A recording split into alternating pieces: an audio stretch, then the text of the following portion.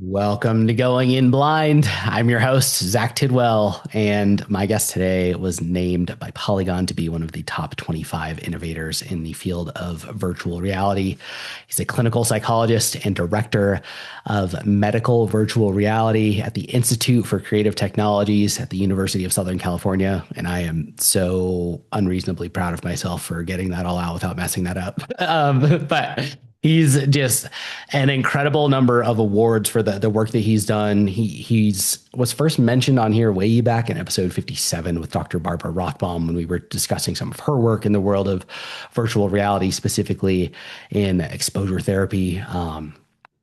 But Dr. Rizzo has really done a ton in the civilian world and is working with the VA as well. So there's all sorts of stuff that we're going to get into today. But before we do, if you've been listening for a while, please leave a rating and review for the show wherever you're listening. Or if you're watching on YouTube, just subscribe to the channel. And if you're new to the show, head on over to my website at zachtidwell.com so you can read a little bit more about what it is all about.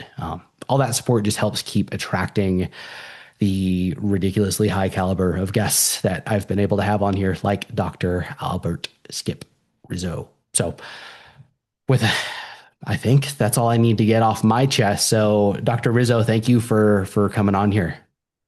Thanks for having me. And let me just say this, you don't have to be so formal. You don't have to call me Dr. Rizzo or anything like that. You can call me Skip. That's what All right, everybody calls me. awesome. Well, thanks for not making it weird because that is it's always I've I've had a lot of clinicians on here. The only time that I've had any sort of ego, I don't know if this is a common trend, but it was with medical doctors, specifically, whether it be trying to schedule or in discussing, or they're the only ones that are have been weird about stuff in the past. So thanks for holding Certainly. strong. But um, man, I just digging through your resume here. I think it's and I listened to you on another podcast, and I think you referenced yourself as having grown up in the Stone Age or something along those lines. So for you to have gotten into the world of virtual reality and specifically have just innovated the entire time along the way, I'd really love to hear how you got into all of this, especially maybe and how it relates to you getting into psychology. I don't know if those happened in tandem or if those were separate stories or what. Well, let's see. First off, I was trained as a clinical psychologist and also developed expertise in neuropsychology. And when I got out of my internship, my clinical internship at the Long Beach VA in California, in clinical psych, I took a position in brain injury rehab.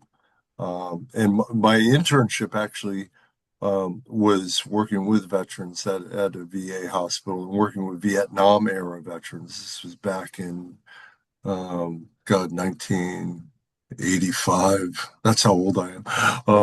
But So I moved into brain injury rehab because I had this strong interest in understanding brain behavior relationships and how we could help improve people's function after a significant brain injury.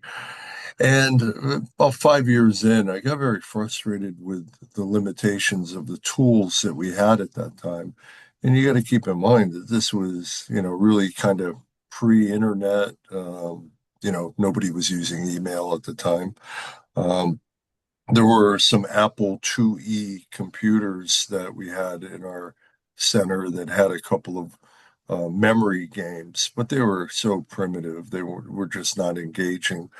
Anyway, so I got frustrated because I felt like we didn't have anything that really engaged our patients in focusing on developing or rehabilitating their cognitive function, attention, memory, executive function, visual spatial abilities, things like that.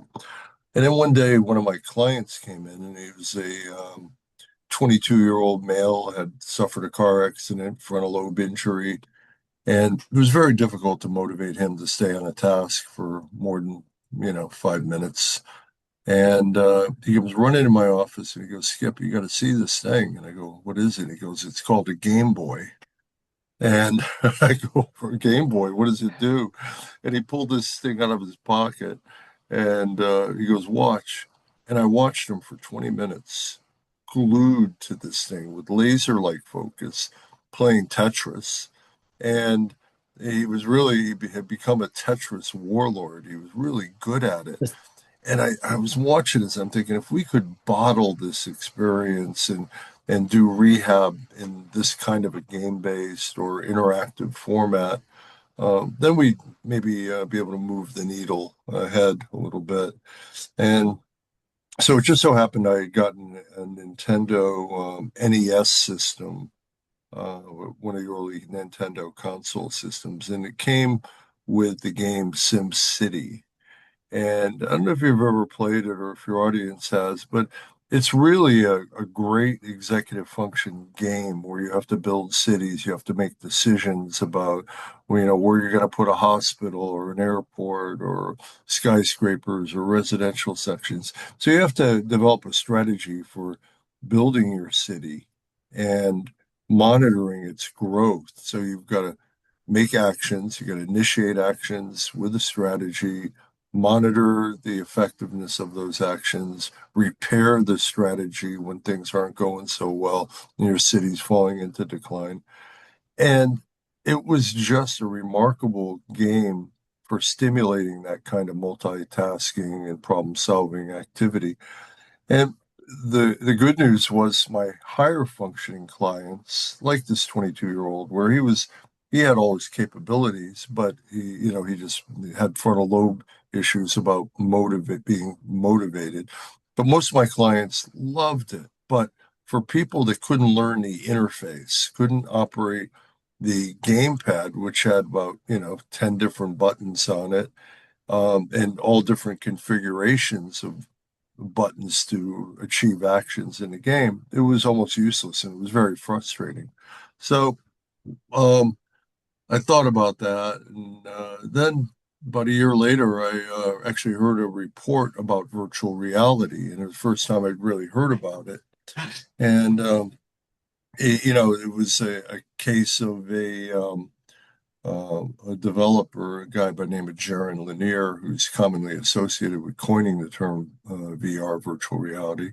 And he was describing a Japanese department store that had a VR environment for designing kitchens where a customer could come in, put on a headset, put on some data gloves, and could look around and put a refrigerator in one spot, a stove somewhere else, change the color, move the sink, all in kind of a natural way, and build simulations that would eventually lead to the design of their kitchen.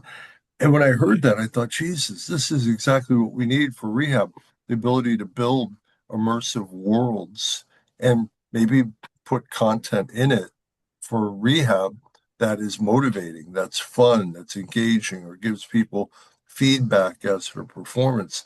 So I went in the next day and told my boss about this, our director, and she goes, "Oh, that's funny. I just got this flyer in the mail for a conference called Virtual Reality in Persons with Disabilities." And she goes, then the punchline was, "We have funding, so if you want to go, we can pay." And it's like, yeah, I'm ready to go.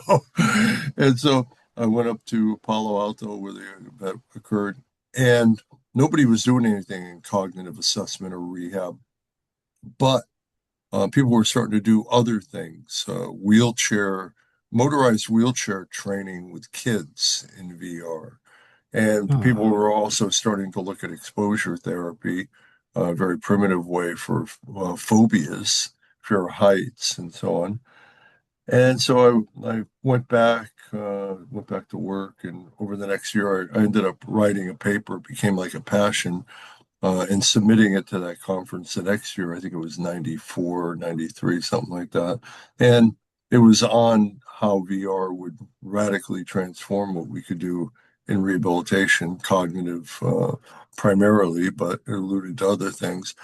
Anyway, went back, presented that paper, got some positive reviews, and at that point, I realized the only way I was going to be able to do this, to manifest the vision, was I'd have to be at a an academic place, and it's a place that had a good computer science program, university.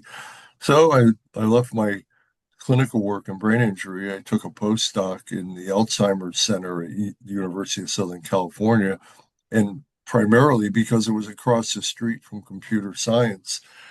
So I'd go over there, to CS and bug people and say, oh, we could do this, we could do that. Here's a way to test cognitive function. And one day, one of the faculty there said, hey, I like that idea. And I've got some equipment and I can get you a student programmer and maybe we can try this. So that was the start of it. And it was very simple visual spatial ability applications for testing and training mental rotation, depth perception, eye-hand coordination, very basic kinds of stuff, but we could do that. But at the same time, the technology in 95, 96, when I really started building, was very primitive. It was very costly. Head-mounted displays were heavy, bulky, expensive, limited field of view, limited resolution. But with what we could do, we did our best.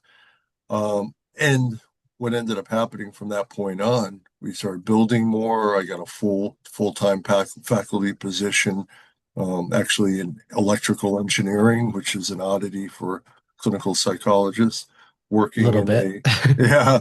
And we were working primarily with a National Science Foundation Engineering Research Center focused on immersive media and multimedia. Anyway, I'm babbling on here, but the point being, from that point on, that just started, almost 30 years ago, started the trajectory to where we could really start to build these things. And the punchline, really, from that story is that it was,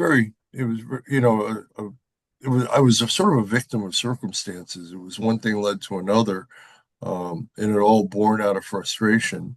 But I ended up in that spot at a time when the technology was immature. But the two takeaways are, since that time, the technology has caught up with the vision. So all the ideas that our team had, as well as many others in the field had back then, but couldn't manifest, are now doable and doable at a low cost. Um, and Yeah. the second element is the science has kept up with the vision. There have been tens of thousands of research studies done with VR in the clinical domain and in education. But the clinical domain has the largest scientific literature of any VR, XR, AR use case. And the literature, as it's evolved, has been increasingly moving towards more favorability in terms of clinical outcomes, usability, all the things that point to a mature technology that actually has some value for healthcare. So that's where we're at now, and it's been a It's wild just ride. you caught it so early, though. I mean, that really is ridiculous that on one hand, I had no idea it was already in Japanese stores by that, or at least a single store. Like I had, I think it was around the same time that I had Dr. Rothbaum on here. I had Adam Chire was one of the co-founders of Siri. Basically, the Siri on the iPhone was an independent company before Apple acquired it and Yeah, integrated it into everything. And he was at the Stanford Research Institute and had the first idea basically for what these agentic LLM agents are today back in 1993. And he said at that time, at Stanford Research Institute, there were guys working on virtual reality who had developed technology that is better than what is commercially available today still. And that was 33 years ago. But it's for you to have caught what was at least private, at a very expensive level, I'm sure, but like really just at the advent of it, and then have been, from what I could see, you've written hundreds of scholarly articles yourself. Like you've been a huge driver of this kind of percolating through the system, and probably getting it to where it is so recognized, at least in the clinical psychology space today. But why? Why is it specifically in the clinical psychology realm that it's being more recognized than anywhere else? Do you know? Well, I think with VR, and when I say VR, I'm also referring to augmented reality, mixed reality, extended reality, all the realities that people talk about.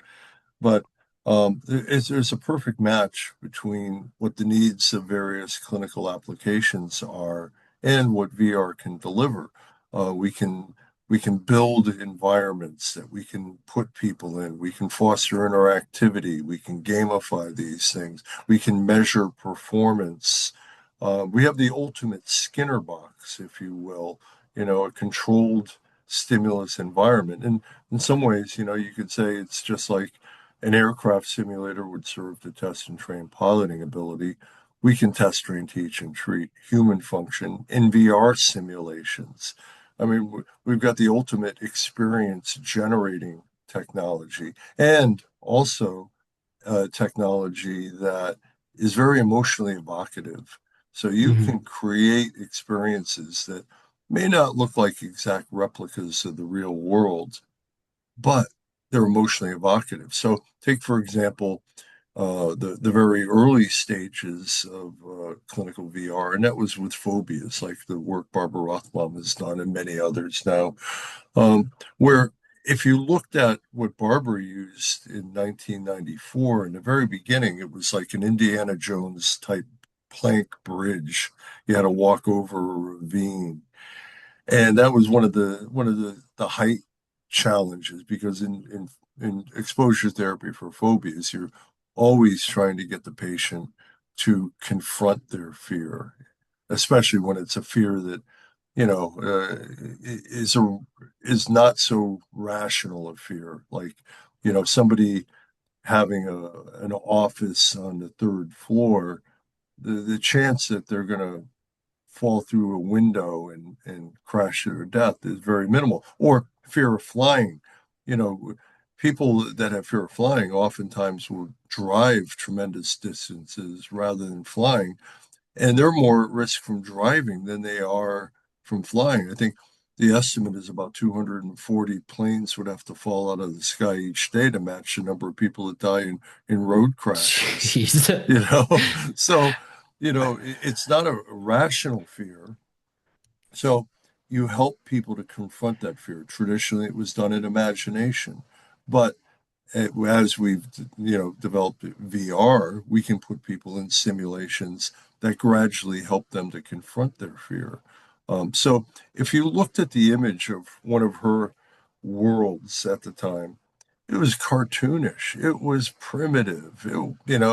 But and people would say, well, how can anybody take that seriously? It's not even close to the real thing.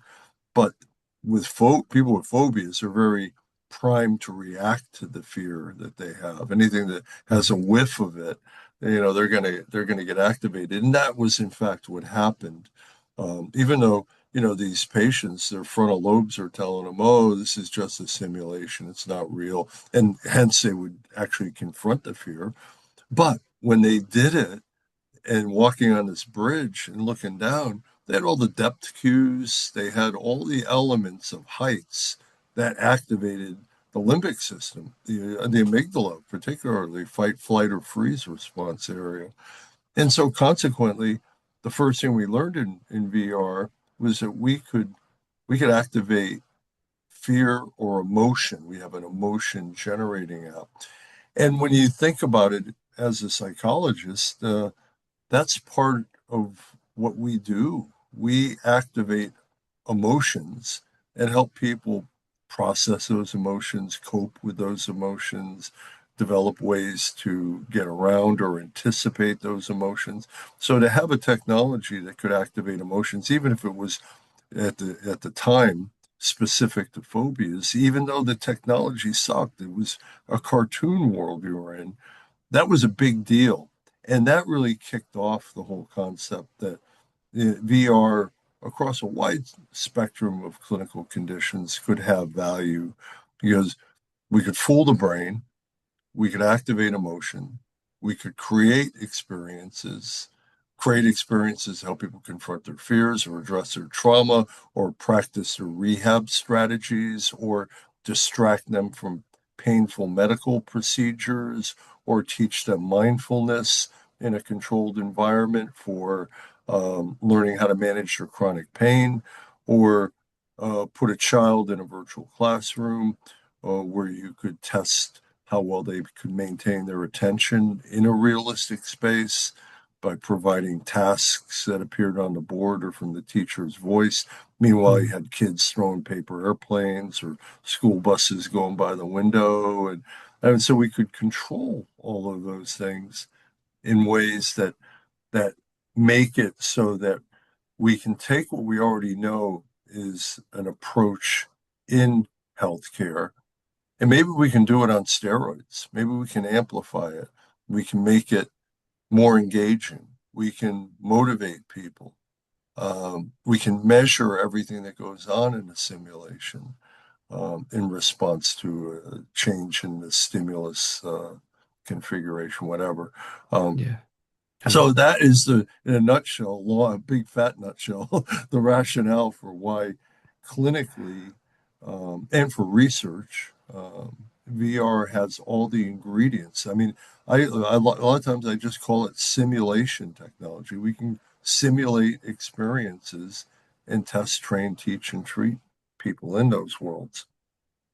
yeah. Well, and one of the things that and I think this is actually how you came up when her and I were talking, because that's how I found out about you. Was she mentioned you while we were talking, and was she was I had asked basically like how immersive does this have to be, and she was explaining that it doesn't. Like you just said, really it doesn't have to be convincing to someone who doesn't have the irrational fear of things, and that kind of that blew my mind a little bit. And then when I started bringing up,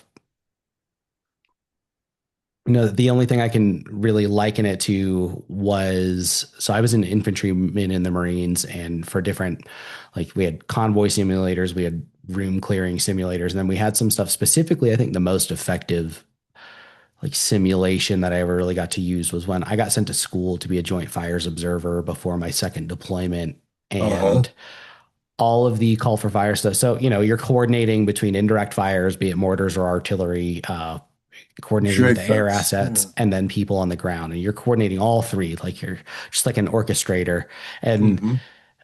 in this simulator, you've got your radios calling back. It's the guys running the simulation, but it's set up like your normal radios. You've got your laser designator that points into this panoramic, simulation, and being able to see targets moving and be able to, talk to the friendlies who are on the ground and then call in air and all that stuff. And like the graphics were horrendous, like you said, would never be believable, but like it was effective a lot more so than, getting helos or jets to come drop ordnance on a range. And so the I had kind of brought all that up and was like with her, like was kind of bringing up that point of like, because she was talking specifically about the PTSD side of things. And I was like, is it like that when you guys are, do you have to immerse these guys basically in war zones? And then she talked about you building, I believe it was maybe a virtual Afghanistan or specific Brave mind, cities. yeah. Okay, I Yep. was curious. So that was Brave Mind. And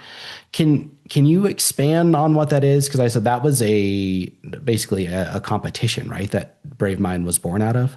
Yeah, yeah.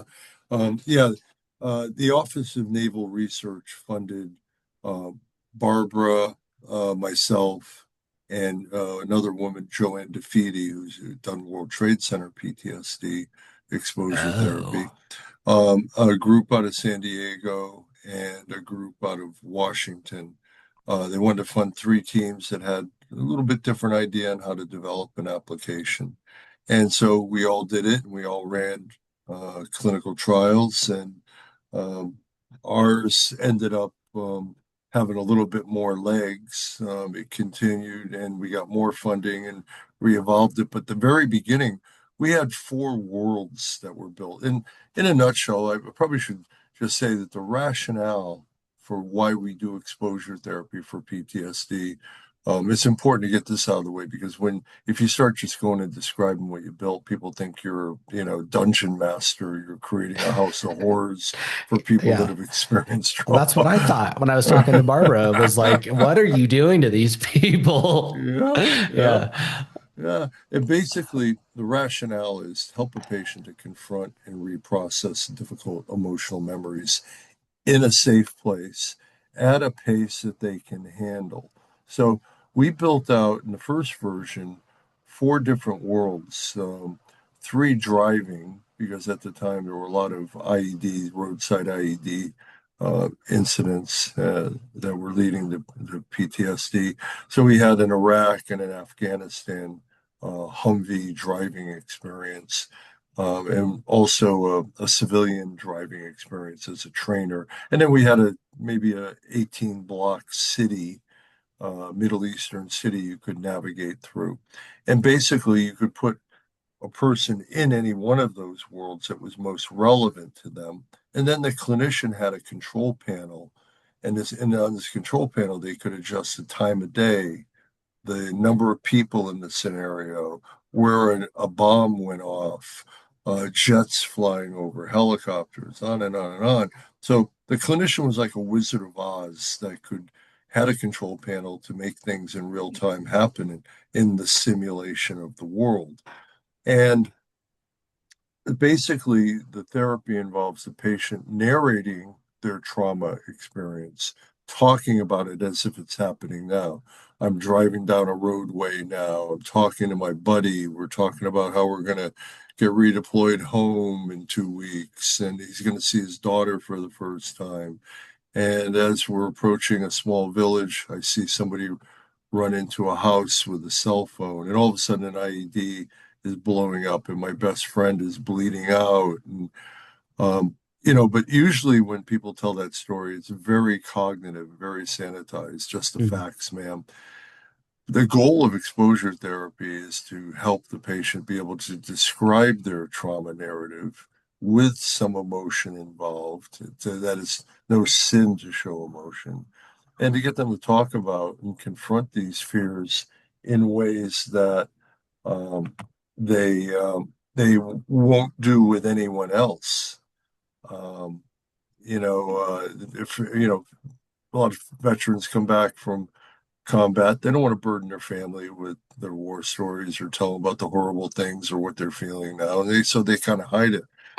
And so the combination of that exposure to what they've been avoiding thinking about or talking about or avoiding going to places that may be safe but that remind them of the trauma, that is one of the goals.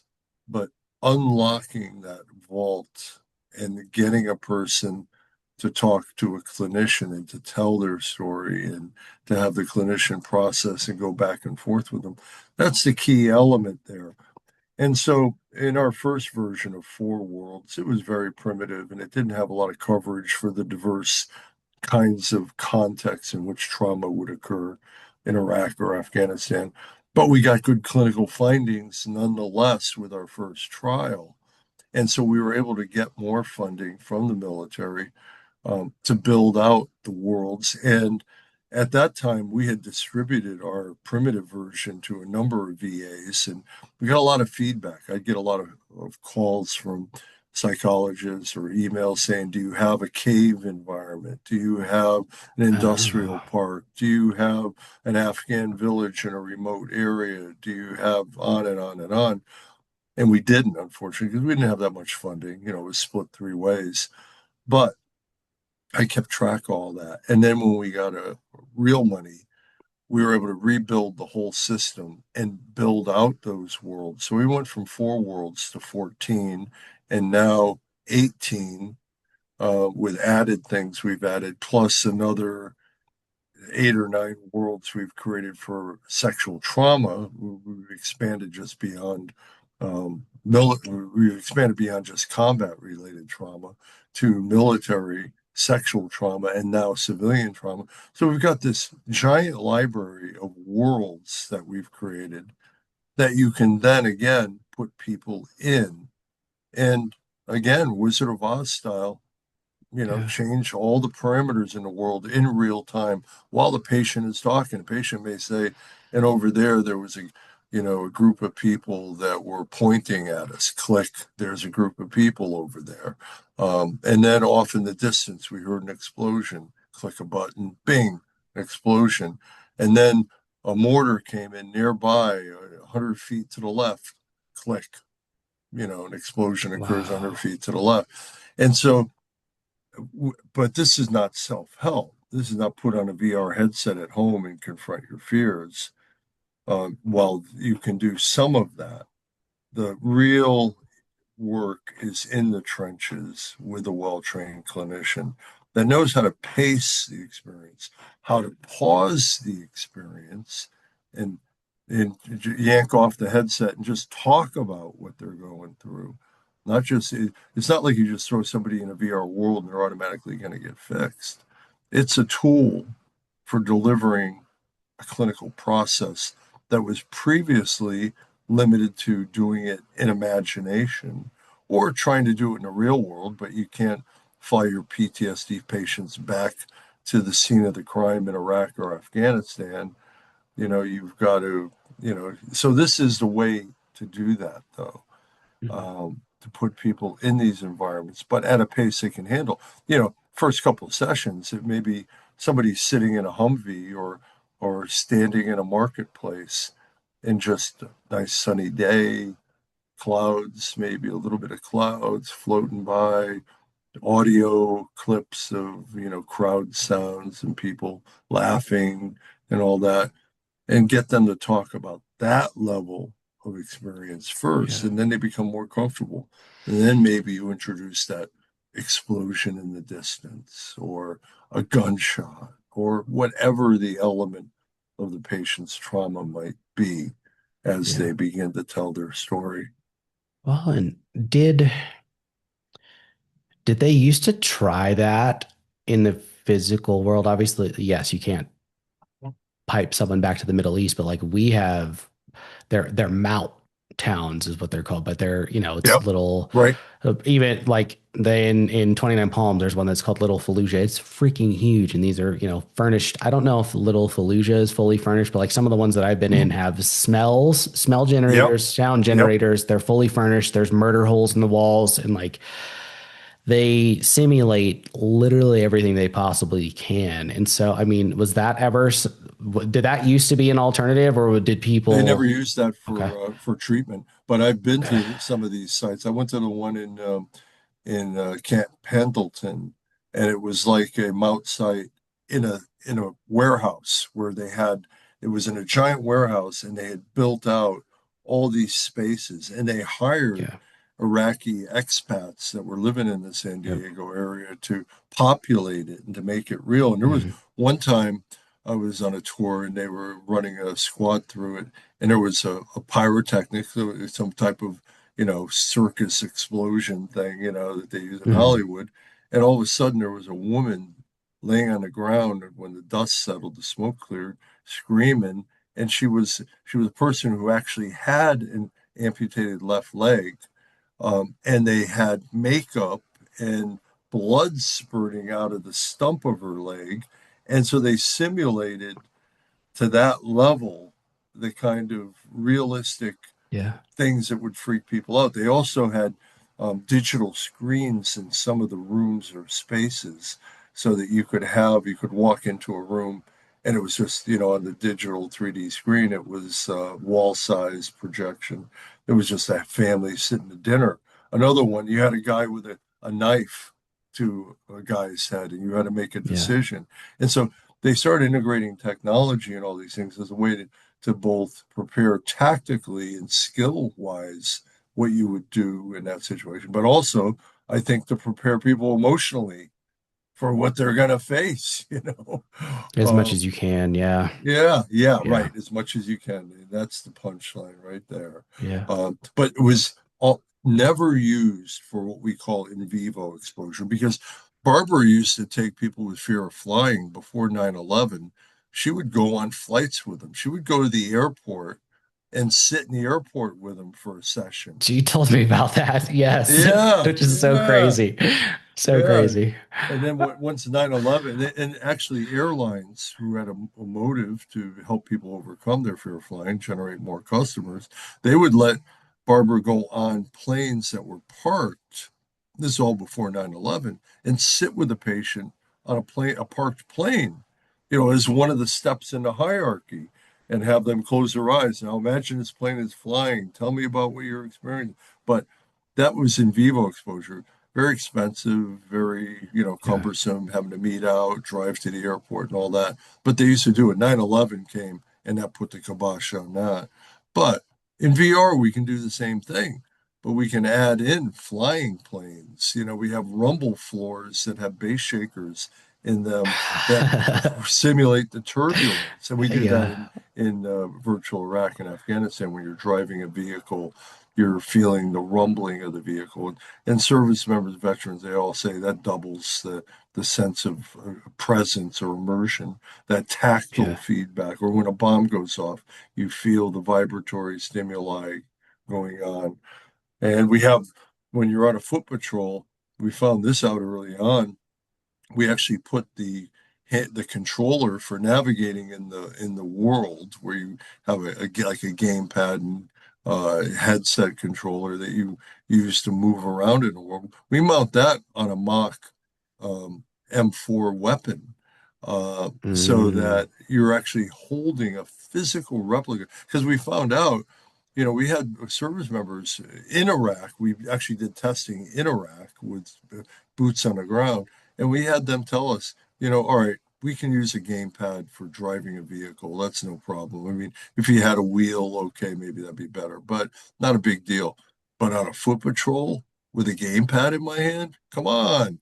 I yeah, kind wouldn't of be silly. out there Yeah. without my piece. And so we did that. We gave them that tactile stimulation. So it's not just the visuals, it's the audio experience, it's the vibratory experience, and it's that hands-on experience as well that create this capacity to put someone back at the Yeah. scene of the crime and help And them in the therapeutic process. yeah, with this, I could see where doing it audio and visually with a headset could be pretty cost effective. But when you're getting into having the floor shaking and actually tracking movement with their rifle and all of that, Uh-huh. is how many of these centers does the VA have around the country? Well, I think overall, across the history of the program, about 200 systems have been set up around VAs. Now, with the latest version, we have a partnership with a company called, or not a company, a nonprofit called Soldier Strong. They're Hmm. out of Connecticut, and they raise money to help us evolve our software to make it more current and newer and running on current systems. And they pay for all the equipment that goes into any VA site. So if there's any VA people out there that Wow. want to implement the latest version, Soldier Strong will pay for it and pay for the clinical training as well. Um, but that was a real value, having that, because then that reduced the VA's cost, certainly, to distribute these systems. And the systems have gone down about maybe $4,000 worth of equipment. The original version was about 16,000. Now it's like 4,000 for the equipment, standard computer, headsets, base shaker and all that. Also, we previously used the smell machine, but it was very expensive. It was about 3 grand. That would pump out nasty smells into the area. Yeah. Gunpowder, cordite, burning rubber, rotting garbage, Iraqi spice, diesel, you know. But it filled the room up with a scent, and it was hard to go from one scent to the other. Now there are companies building little devices that puff out little puffs of scent under the headset Hmm. that is enough to create that, because we know that the sense of smell is highly engaging in terms of memory and emotion. You can walk by somewhere and smell baked bread, and it'll bring you back to when you were 3 years old, your Yeah. grandmother's kitchen, and a positive emotion. So we do that. We've done it in the past. Now we're looking at integrating smell as well into the simulation, this whole multi-sensory element. But it is feasible, low cost, and the VA has pretty much adopted it as a tool. Now, for combat, you do need that base shaker, and that adds some cost and complexity. But now with our sexual trauma stuff, you don't really need it. So we're now starting to push out our sexual trauma pretty much using audio and visual VR. We might go with scent, if this device works, scent of cologne or whatever the smell that a person reports having Yeah. experienced during such a horrific event. Yeah, I feel like smell would be especially probably haunting in a scenario like that, like more so than, being called back to being in the market, but just, and I was so, part of the reason I asked about the in vivo stuff was obvious curiosity, but also I know, like I know a gentleman who went with Wounded Warrior Project back to Germany where they had medevaced him to, like they do.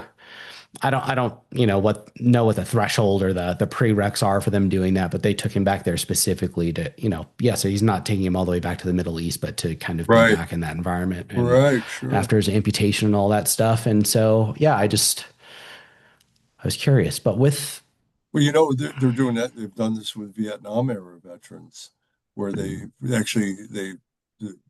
not sure if it's Wounded Warrior, but another group has sponsored flights back, where they go back to places they've been, and they actually, in some cases, meet up with former Viet Cong, and there's oh, actually geez.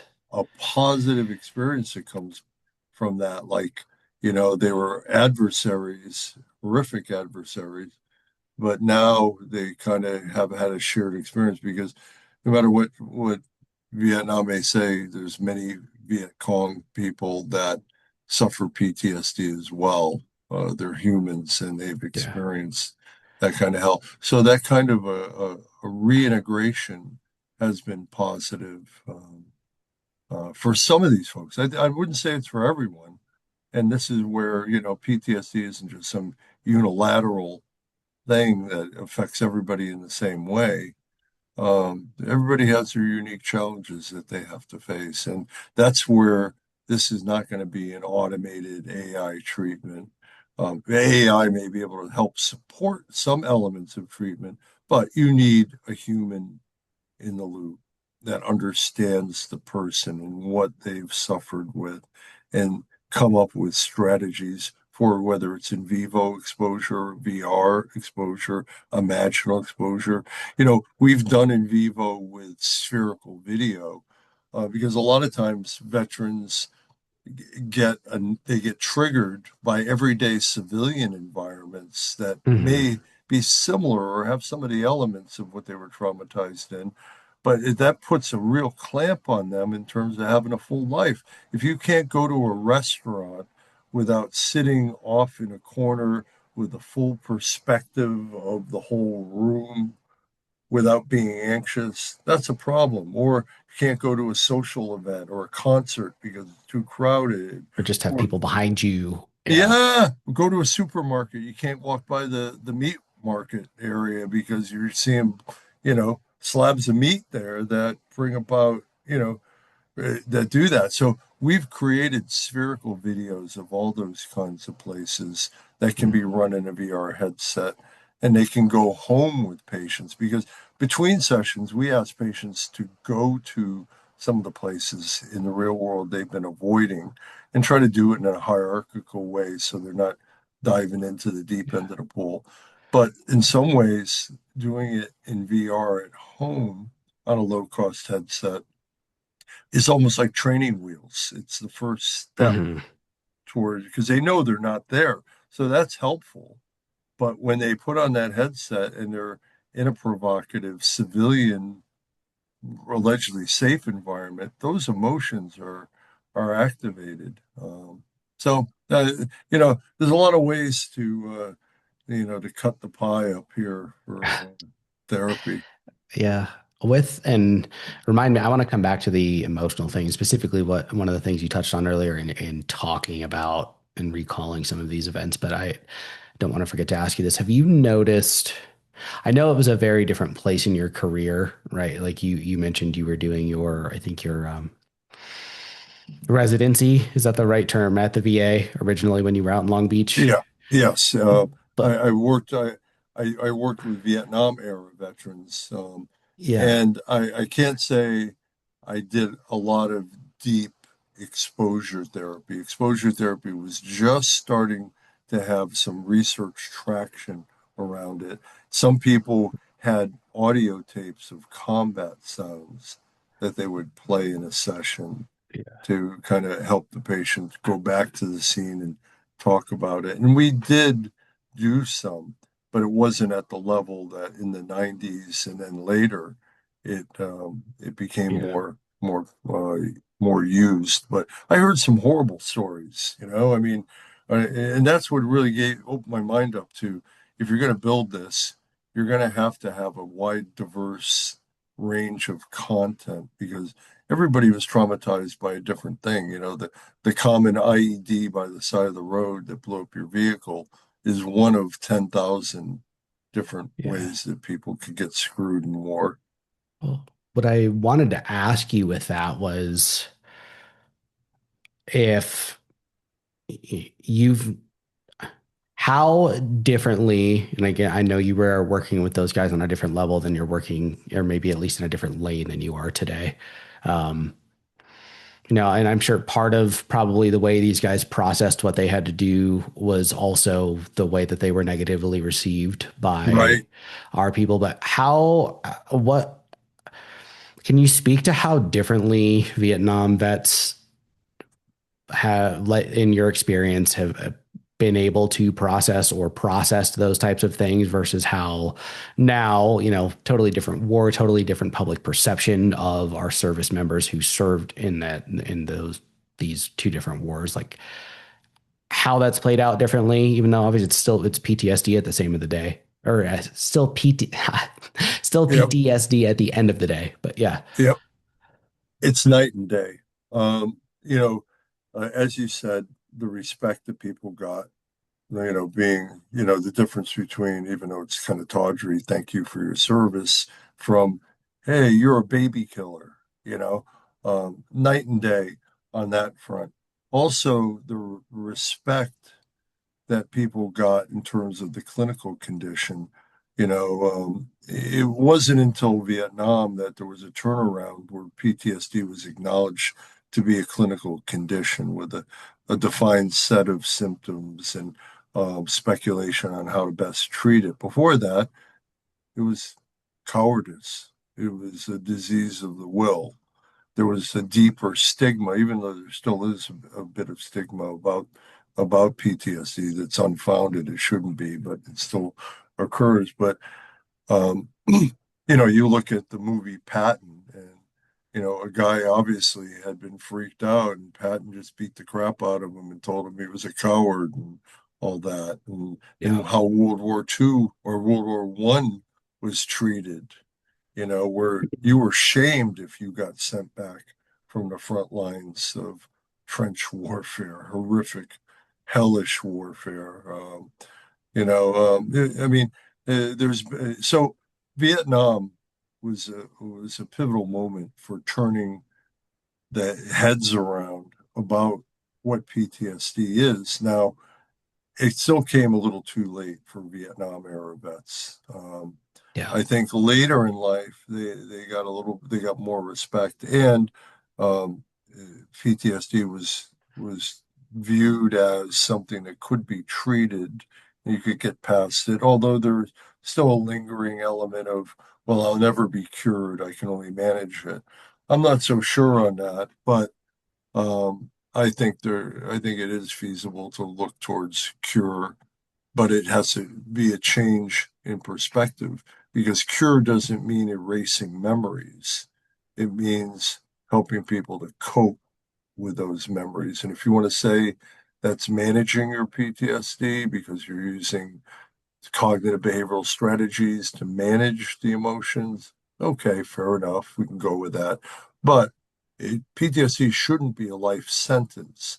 And I think with what the Vietnam era veterans have gone through, it's a lot easier for them to look at it as a life sentence. And some of Yeah. them with the moral injury element, some of them have did things that, it's hard to walk back from over time, even though I firmly believe, unless you're a raging sociopath, psychopath, when you're in there, um, you're put in the worst emotionally challenging situation in the world. Do you shoot that kid that looks like he's wearing a suicide vest? Or do you let him come closer and get a better look, and risk your whole squad getting blown up? Yeah. How do you ever come back from that? Um, but it's just what war does to people, and helping people come to a state of acceptance is all part of the the later stages after you go through a direct trauma focused treatment like exposure Yeah. therapy. Um, Well, and I want to talk more about that mindset specifically. I think you said something very important there, and I want to pull more of this out of you. So, um,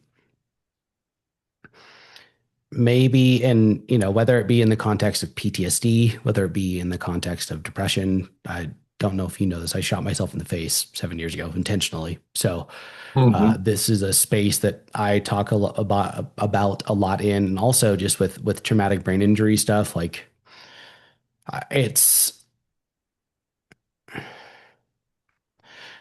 in I think what you said in terms of learning to essentially function with it, whether you want to call it a cure, right, and is not Right, appropriate in all contexts. Maybe right, traumatic brain injury, you're still going to have those side effects, but you learn. Okay, like for me, I can be very impulsive and I can be agitative. So now that I know that about myself, or forgetting hmm, things, I learned systems to check myself for certain things, right, or okay, I have to have a reminder for everything, or um, you know, am I just be cognizant of the fact that I am impulsive and start to like check my own thoughts on things before I follow through with an action. And I just, so in your experience, you're helping people reach that. What, 'cause even I've not on here, but when I've gone on other podcasts, like people argue with me about, um, you know, depression being a curable or a treatable thing, specifically in the context of, I'm thinking of one specific conversation. We were talking about medically assisted suicide in the MAID program up in Canada, and specifically that they're now accepting people with depression. You don't have to have some terminal disease anymore, and that it's.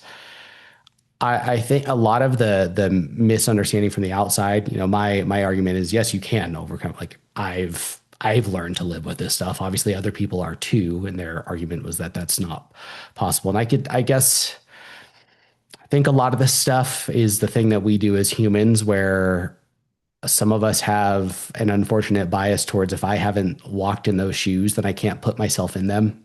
uh, it's like just I don't even know if empathy is the correct term there, but at least just trying to understand from a different perspective. So, in maybe in your experience, how do you help facilitate that mind shift in someone who doesn't have it as their what, and again, whatever capacity you're working with them to get through, whether it be the TBI or depression or PTSD? Like, what is that process like?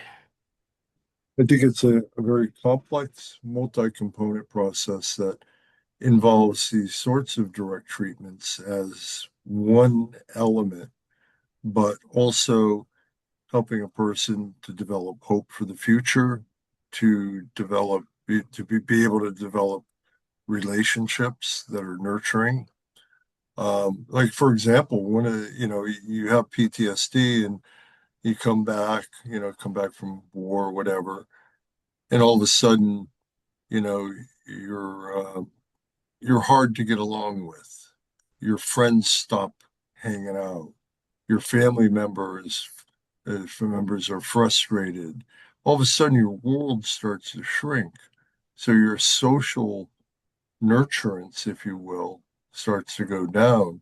And then you start, if a lot of times you have a predisposition with PTSD to have a negative bias, you're interpreting I'm a bad person, your cognitive uh, framework or cognitive distortions kick in anytime something bad happens.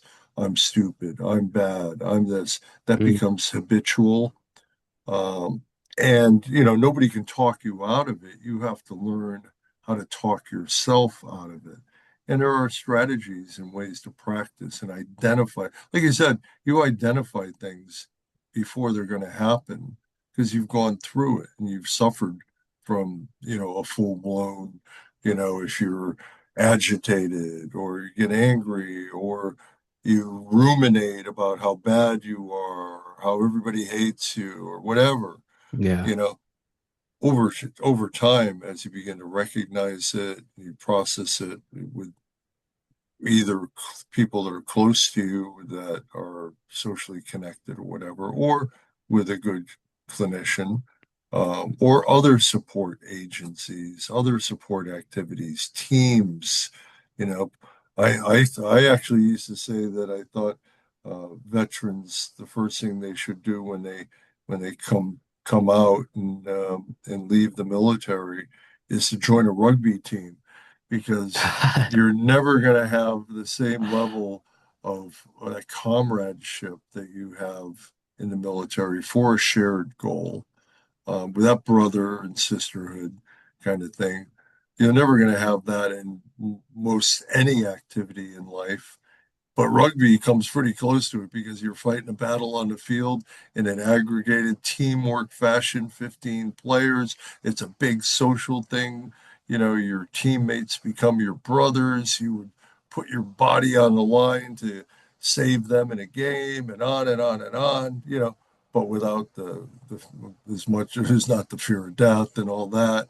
It's a different thing, but it is one of those experiences in life that I think um, emulates a lot of the positive that you have in the military. Because as you've gone through the military, you have memories of positive things that took place there. A Well, lot of it's recapitulating it. Yeah, a lot of it's type 2 fun too, where it Mm, was not fun in the moment, but yeah. after the fact, everyone's like, "Oh God, that was so miserable. That was awesome." Like it's, We did it uh, together though. yeah, We got yeah. through it. And So that's the same kind of thing. And so I think therapy or healing, it can last a long time. Um, but you got to have somebody that you got to have somebody in your corner, whether it's family, but also structured therapy. So it's like psychoeducation. You're learning the tactics. You can feel a trigger coming on. Well, maybe you take 2 minutes and you do a deep breathing exercise, or you close your eyes and do a mindfulness activity, um, or you call a good friend. All the things that they promote when you do safety planning, where you help people at risk for suicide identify their triggers, um, define a list of things that you can do alone that distract you away from those triggers. Then the next step is defining elements of activities that you can do with another person that distracts you, a hiking buddy or walking your dog with somebody else down the street that has a dog or whatever. Um, and then, the next level, the fourth level is really who can you talk to directly that has some clinical expertise and so on. And so teaching people the safety plan is a good stepwise strategy that emulates on a small microcosm of a scale what people need to do more generally in their life. Identify things, have things they can do that they like, have people that they can do things with that they like, and all the way up the hierarchy. So I don't think exposure therapy in and of itself is the cure-all. I think it's kicking open the door of the things that prevent people from approaching all the diverse cure-alls, whether it's dog therapy or horse therapy or rugby or whatever the hell, people do that give them hope that they can have a life in the future that's connected and meaningful and growth oriented. Yeah. Wh- one of the other things I wanted to ask you about while we're here is I know, I read a little bit about what you've done with the Battle Buddy, but just this it doesn't even have to be Battle Buddy specifically. But I'm sure it will probably lead there. I'm really curious. It's the other side of this, and we've kind of joked about AI not taking over in a very clinical setting like that, but you have done work to bring conversational large language model applications into people's lives as another tool. And Yep. this is a topic where I'm curious, maybe even before we dive into your specific work, I've people have been in critical situations and tried leaning on some of these LLMs for advice, and it, gave advice that definitely didn't set people away from suicide, and these people did end up committing suicide. Again, it's, you know, it, there's a lot of that's people using a tool, and again, that's not. I'm not like not to sound harsh here, but those tools were not being used in the way that they were supposed to be used, right? Like that Right. your chat GPT is not supposed to be your therapist, and that's not who you're supposed to Right. go to when you're in crisis. But I also know, having been there, depression is not rational, and you're definitely not in a rational state of mind by the time that you're considering suicide. So, not placing judgment on those people for doing that. But, Right. there's guardrails that need to be laid on atop these things to be able to make it where, okay, maybe there are applications where that's appropriate. Again, probably still not in a crisis, need a person there. But so maybe if you can speak to how you guys are applying those, and also, how all of this is actually, you've worked to bring this into actuality a little bit. Yeah. Yeah.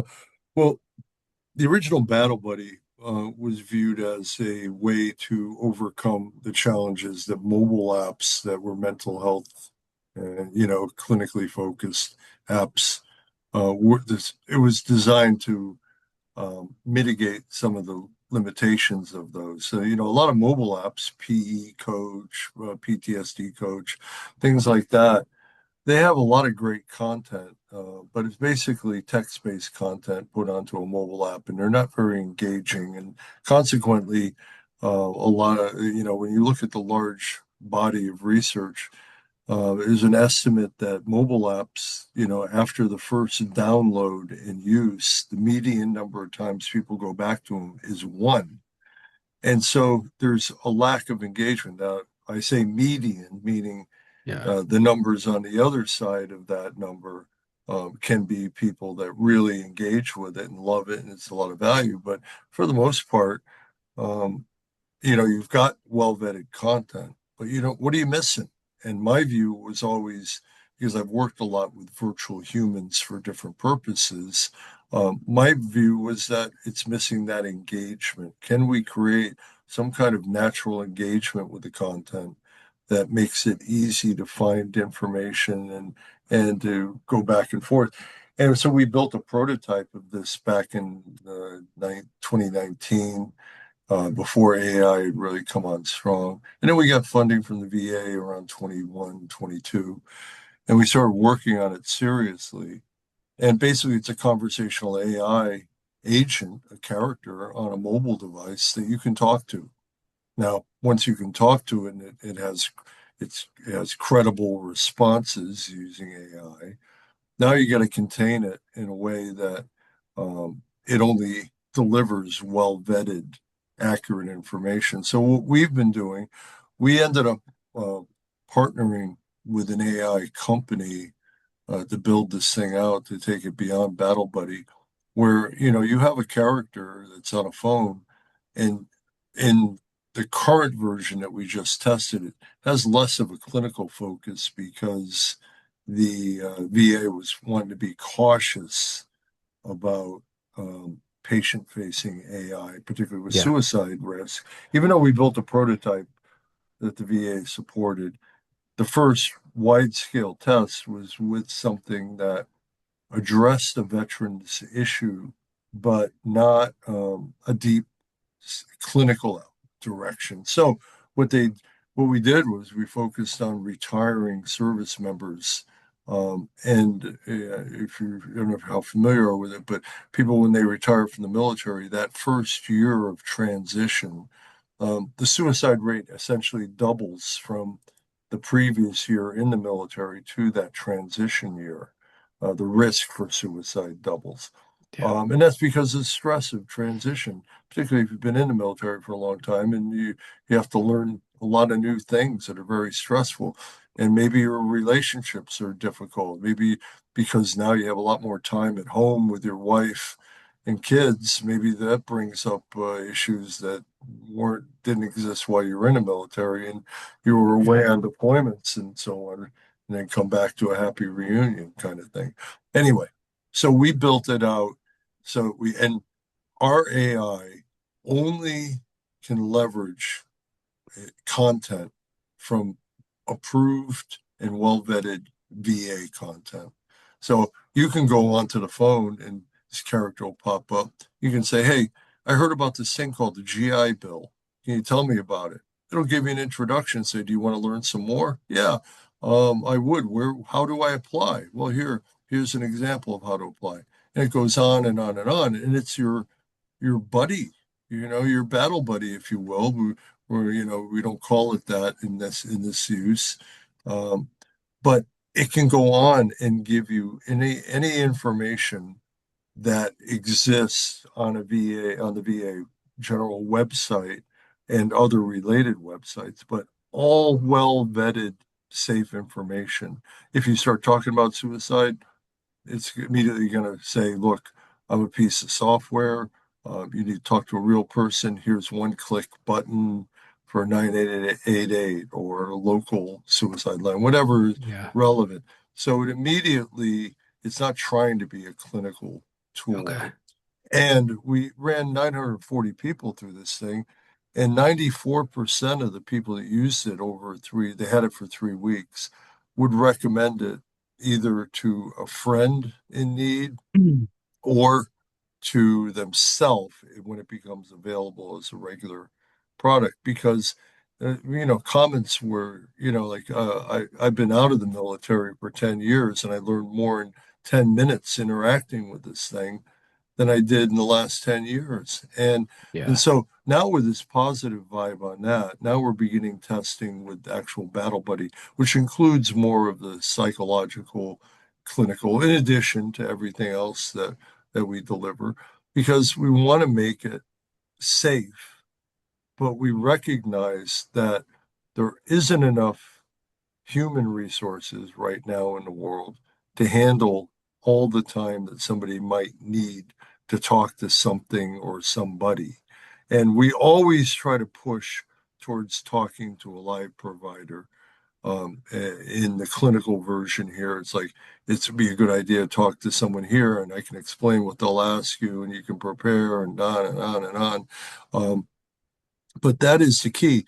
And the second thing we found from this, the second primary thing, is we found in our previous research, working with virtual human support agents and so on, that people feel more comfortable talking to a piece of software a lot of times until they Mm. learn to talk to a real person. But they're more comfortable self-disclosing personal information, less fear of shame, less fear of being judged, impression management when they talk to a virtual agent. So they can get honest and empathetic information, by the way this is programmed, to address their problems, to give honest information in a bidirectional way that helps a person maybe to grow or to find resources or learn about themselves. And those are the two powerful things here, I mean, if you have a safe place to talk when you don't have anybody else, well, great. And now I've mentioned this work because we're anticipating doing work with older adults that are lonely. And as you may have Mm, heard that, uh, extreme loneliness in older age is equivalent to smoking 15 cigarettes a day in terms of health risk. Well, I was at a conference talking about this, and there was, as there obviously everybody has a different opinion, but some people said, I think that's wrong. Why, an older person shouldn't have to rely on a piece of software and an AI companion to beat down their loneliness. And I go, you know, you're right. They shouldn't. So, how do we solve that? Well, are you willing to donate 10 hours a week to visiting with older people that have been designated at risk or going to a care facility where loneliness is rampant and being that person? Maybe AI and the resources that it provides, even though I think in some ways it outstrips a human capacity, but it's a reflection of what might be lacking in society. You got our culture specifically. Yeah. a 13-year-old that's being bullied by his peers or her peers, you know, and resorts to ChatGPT to be able to talk about it. Well, you know, the bullying is the first problem. The second problem is, why does that kid not have somebody that they can talk to, that they feel comfortable talking to? Well, maybe the AI serves a bridge function that can, and I'm not saying ChatGPT, but well-designed systems with guardrails can That were provide purpose built. resources. Yeah, yeah. And so that's my real pitch. I'm not pitching the idea of replacing humans with AI in all cases, but filling in the gaps where human resources are not available, and I don't see them becoming available in the near future at a level needed to address the problem. I think it's worth a try. And let me just finish up with one little thing I like to say and on this topic, and that is, yes, there are risks. There's no doubt. Any new innovation has a risk to it. So if I told you I have a new technology that is going to radically transform society, make people more productive, give people experiences that they could never have before. And I'm not talking about VR. Um, but I told you that over the first 100 years of the implementation of that technology, probably about 70 to 80 million people would die because of it, directly because of it. Would you still want me to pursue the development of that technology? And people, they're shaking their head. Oh, no, no, no. That's too high a human cost. And I go, well, okay, let's get rid of the automobile then, because that is the estimate of number of people that die just in road accidents, not talking about toxic exposure to gasoline fumes and carbon monoxide and cancer, but just road accidents. 70 to 80 million people have died since the introduction of the first automobile. So we've come to accept risk in certain areas and not accept it without a fight. We're always trying to make cars safer. And Yeah. maybe auto self-driving cars are going to be, less human error, no human error, maybe safer in the long run. But these are the risks that come with innovation, and we always want to fight those risks. And I think people have paid so much attention to AI because it challenges our humanity in such a way that they're really focused on it. Hopefully, we're not going to have 70 to 80 million people die because of AI, aside from, if Hegstead gets his way and we have autonomous fighting vehicles, or and start to move towards a Terminator world. But if we have ethical people building this stuff, anticipating these negative consequences, perhaps we can reduce that risk, and we can have a better good for humanity. So that's the end. That's I don't want to sound like I'm a big AI deluded person, but I do believe there's a power that we have here that we should leverage for human good. Oh yeah, it's massive, and I've had, obviously I already mentioned Adam Chire on here, but recently a gentleman named Steve Biggery, who's bringing that into wearables for skilled trades training and is Uh-huh. revolutionizing. It's so there's so many. It is it's the next. He calls this the fourth industrial revolution, and like Yes, specifically I where agree with him. Yep. yeah, I'm a huge proponent of. I just, this is something that needs to be talked about. And I think on one hand, there's probably a lot of people who are still using, general LLMs for these Yep. kinds of purposes where they should not be used for that. And they just aren't aware. A lot of people don't understand what I really feel at this point should be kind of like basic technological understanding for like you should understand generally like what you're using. But it's like outside of that, it's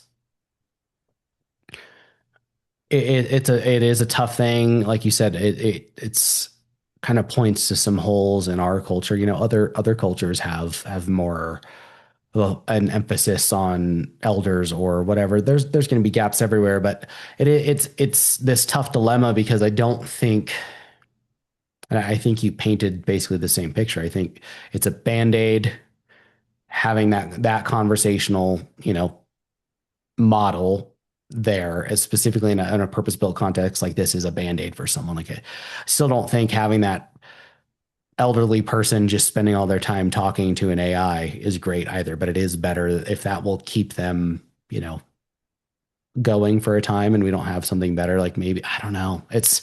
Another ethical thing slash efficacy thing that we'll just have to figure out over time. But I want to make sure that I have time to talk to you about one more thing here because I know I asked you if you could do an hour and a half and we're coming up on that. So I want to make sure we have time for this. But The time and just flew by. It was like 20 minutes. yeah, and if we go over, I'm okay with that. My hard time is 2 hours, but because that Okay. Well, let's changes. see how we what we need and Okay, carry on. because that 2 hours just entirely destroys my like workflow for every the tools that I use that I've been able to find. So that's kind of my thing that I've All had to right. figure Well, out. So we'll talk um, fast.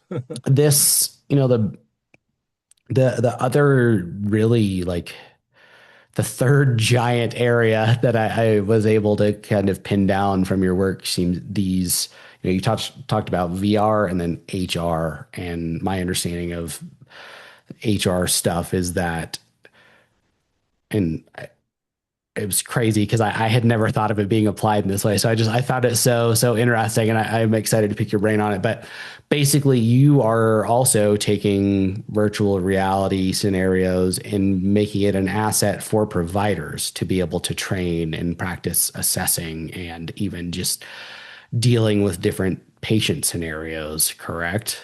Yes. Yes. Okay. Can we talk about We, that? yeah, sure. We started around 2006, and the work was inspired when I came to ICT. I came to IC, the Institute for Creative Technologies, in 2004 from the School of Engineering. And I came there to develop the PTSD work, the Brave Mind work.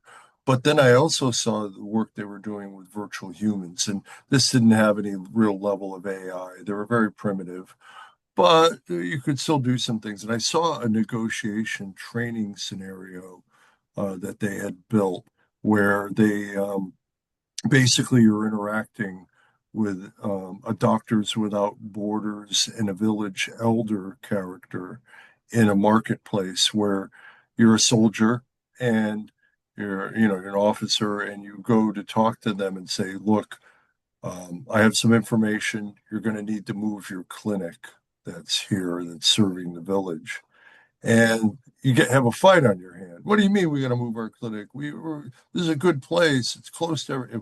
Well, but the soldier knows that the service member knows that there's going to be some action going on here, and people are going to get hurt. So that when I saw that negotiation trainer, I said to myself, shit, uh, therapy is a negotiation. You're always negotiating with the patient to try to you're trying to sell them on mental health, you know. So they had the software, to build that. And so I got a friend in the center, and he built the first virtual patient with me, which was a resistant teenager client because we didn't have the technology to make it real. And resistant teenagers being forced to go to therapy by their parents are often, they don't want to be there. They don't want to talk about shit. And so, Mm. but it didn't stress the natural language processing because we only had to build maybe 50, 60 utterances. And they were mostly like, no, I don't want to talk about that. That's irrelevant. Yeah. Oh, I hate my parents. I don't even know why I'm here, And so, but that's also a key thing for a therapist to learn is to work with resistance. And then, maybe if they're skilled in motivational interviewing, there's a way they can turn it. But you got to be able to sit in silence a bunch, so that was an easy one we could build that didn't stress out the natural language processing, which was still pretty primitive back then. Then we moved on to a sexual trauma patient.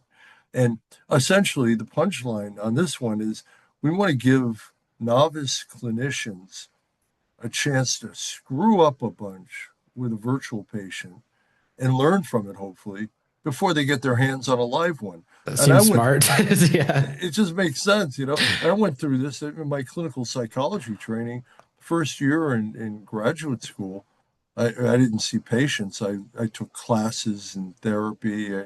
Watched videos. We read a few books. Second year, I'm in the clinic in the research and training clinic, seeing live patients. And so if in that first year I had an online set of virtual patients that I would check in each week, do an hour conversation back and forth, something we can do now. Um, I would have and had a wizard, a guide that would Yeah. point out in real time when I said something dumb or when I should have pushed a little bit more on a topic that was uncomfortable maybe for me, but the therapy would have benefited by pushing the client to address an issue. Anyway, so that was the vision back then, but it was always about making novice clinicians better for when they see that first patient. And I'll admit something I don't really talk about because it does kind of bug me. My first live patient was a 16-year-old teenager I saw for 6 months and also saw his family, and he ended up committing suicide. So that was my intro to Mm. becoming a clinician, my first case. Um, the ultimate, I don't want to be self-centered, but the ultimate slap in the face for a beginning clinician. Yeah. Even though I had a supervisor and we went through all the process and allegedly we did everything right, but whatever, that's what happened. But it always made me think clinical training is so important. And so we started building these things out. And we built out veteran cases that the School of Social Work at USC used. We started building these things out, built a software kit to make it easy to author patients. And so in 2020, we published a motivational interviewing training system study, a randomized controlled trial at the VA up in Puget Sound, where we trained psychologists in how to do motivational interviewing and did it in a very sophisticated way with a virtual patient and had a control group and tested them out with live actor patients that Mhm. were well trained in being resistant and I'm only here because my wife wants me to be here and all that kind of stuff. And we tested out their performance with live patients or actor patients and had the videos of the sessions sent to experts in motivational interviewing that didn't know whether they were in a control group or in a group that practiced with a virtual patient. They didn't know whether it was the baseline session before training, the post-training session or the 3-month follow-up session. They were blinded to the condition and they rated these performances. And we found that practicing with a live or with a virtual patient made a dramatic difference in their Hmm. capabilities. We just did the same thing with training VA psychologists at the same place, same model of research for doing safety planning, suicide safety planning, which is not just about going through a checklist, but it's about being empathetic and pulling out the information in a way that is accurate and honest and gives the patient some hope and gives them a game plan for how to deal with these things. And we got similar findings on that as well. That paper should be coming out any month now.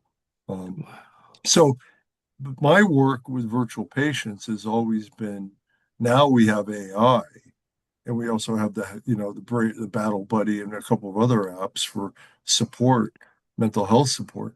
Now we've got the AI that makes it so natural language processing is pretty much 100%. It very rarely really fails.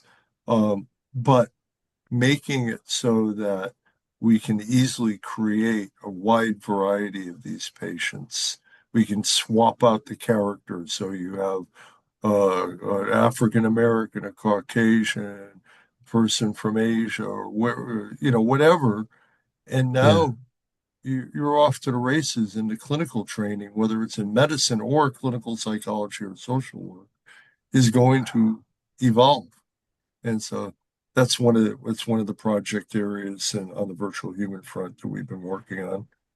Like you said, it makes so much sense. But like when I read like that's the application was for clinicians to be able to train, I was like, how yeah, however, I guess I'm like everyone else, I'm locked into this multimodal, it's a textual input, but the standard Mhm. applications of these consumer-based apps where it's like, really, and this is going to be the great leap forward is how those are harnessed, in applications like this. And it's just the wearables that we've talked about and everything else. It's just that's where this fourth industrial revolution is going to really be rooted. And it's so interesting.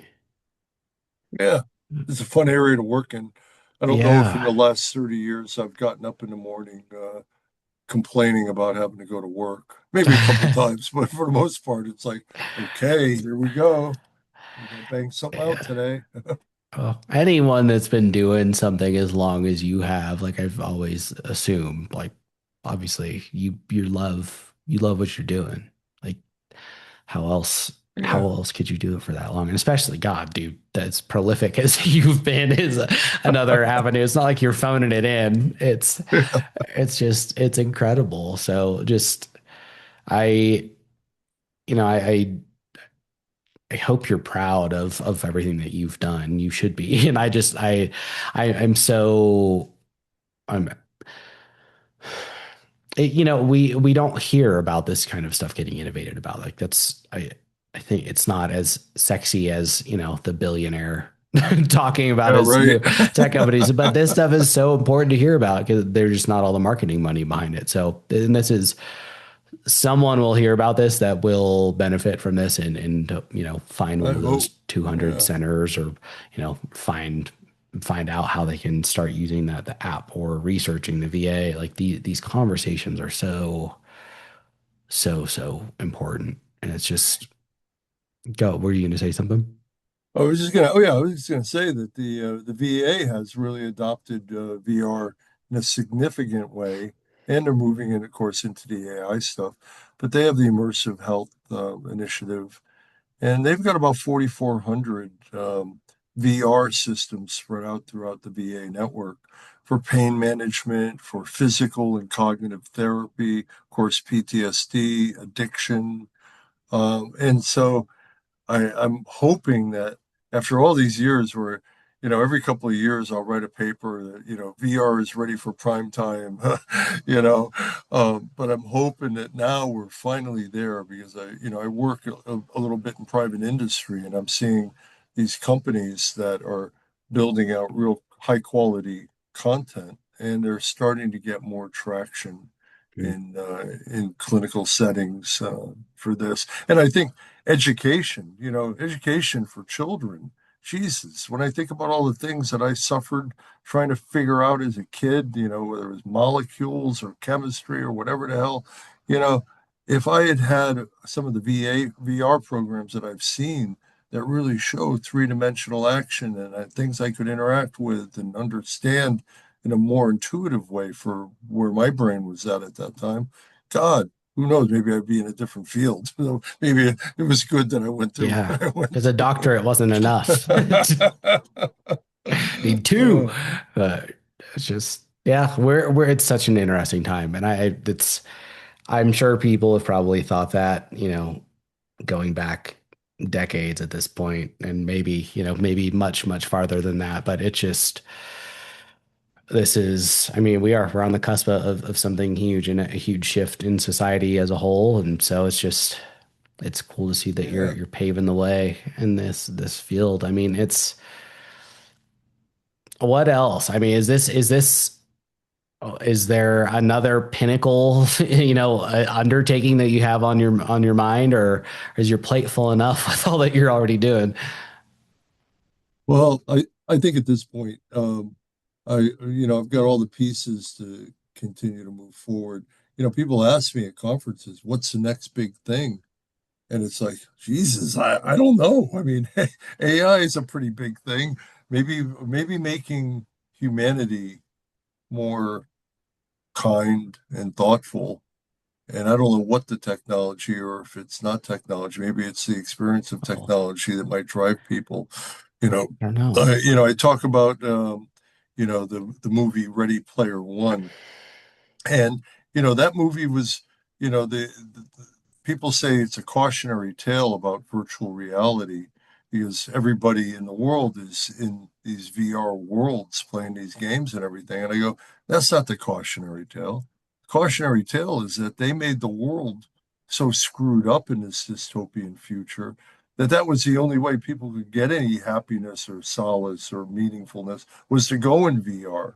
Yeah, Maybe what we need to do is pay more attention to the quality of the real world and to the quality of our interactions with real people. And then we wouldn't have to worry about people escaping into VR or escaping into AI relationships when they have real people to interact with, even though I believe all those technologies have value in certain contexts.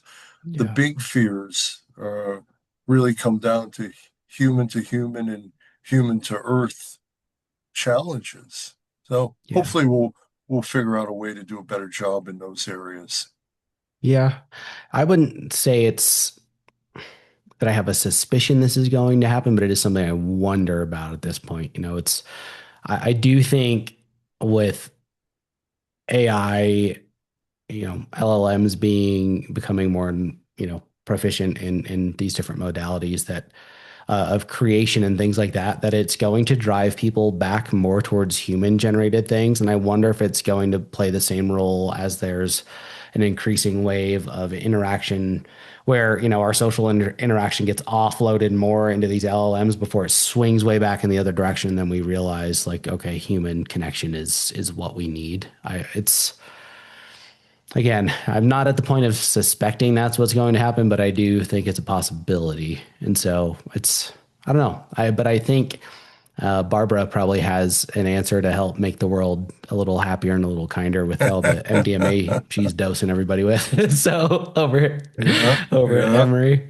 So uh, maybe you need to talk to her. But yeah, where, yeah. if people want to find you and any of your work, where should they head over to? Well, pretty much, you punch my name into to Google and you'll find my email. And I have a website at USC at the Institute for Creative Technologies. Um, I don't spend much time on LinkedIn because I find anytime I accept somebody, I end up getting harassed with pitches and everything. Oh, So I'm kind of old school email and phone calls and stuff. But I can just say My email is pretty simple. It's my last name, Rizzo at ict.usc.edu.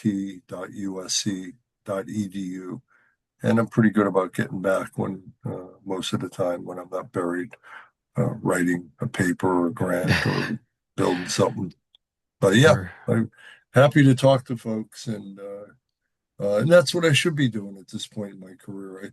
I do spend a lot of time with students. I'm 71, so what do I got for another 15, 20 good years of work left in me? So, I think helping students to grow and achieve their dreams is an important element for me.